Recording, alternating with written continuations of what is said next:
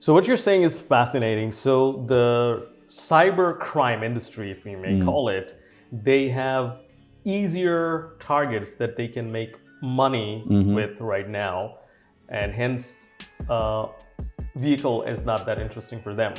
The moment they will put more security measures or any kind of safeguards, when those targets will be more difficult, they'll look for other targets. So we've seen now more than, I mean, or let's say that it's starting to become the normal situation where the attackers are actually looking at your revenue. They are carefully designing a ransom that you can pay.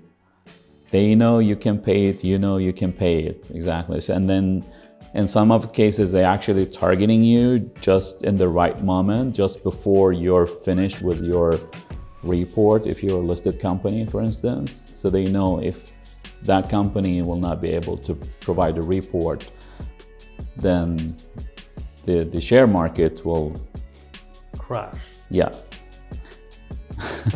It's very interesting to start observing that this thing is actually happening today. So they are carefully designating when the attack should be carried out. They've probably been there, studied the system.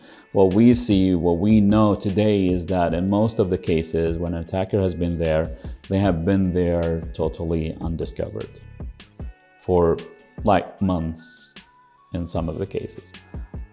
So they are studying and looking around, seeing what's going on and observing what's going on. They even in some cases, they actually learn and mimic the admins on that network or the admins on those systems. And then they conduct their attacks, so they are more or less 100% invisible in that system. So just to take that situation, and then just apply it on what we see going on in other type of industries. So let's say they are not probably interested in the personal situation, somebody owning a vehicle, but they might be interested in that manufacturer or in that company. So what if we can target all the cars or some kind of telemetry system or something like that, and then put some pressure on that company? And then with a well-designated ransom or something like that, they maybe pay. They won't lose anything. If they have a foothold in the system, they can always try it. We've seen these things happening. I mean, the largest breach in the United States, the Equifax breach. If you read the report that was published just a couple of months ago, the major statement in that report says everything was preventable. So the company got actually heads up from about a vulnerability that was about to be published. Information about it. They got heads up about an available patch.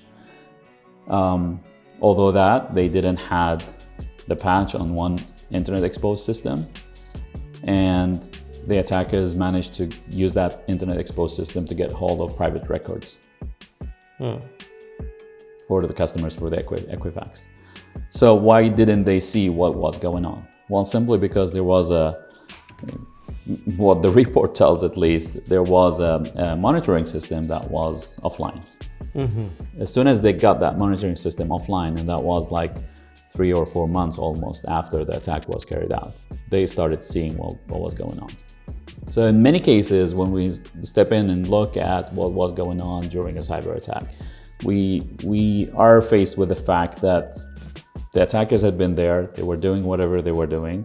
In many of the cases, they don't care about being discovered because they know they will never be discovered. There is no proper monitoring going on here. But in those cases, they start seeing, oh, there is some monitoring, then they will start mimic and behave as the regular IT guys in that environment. So the most critical thing is that they actually got that first foothold, and they will start moving laterally within the environment and then do whatever their final target is.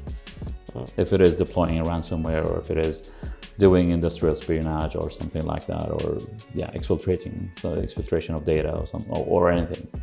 We know, I mean, there are some more interesting vehicles than others out there.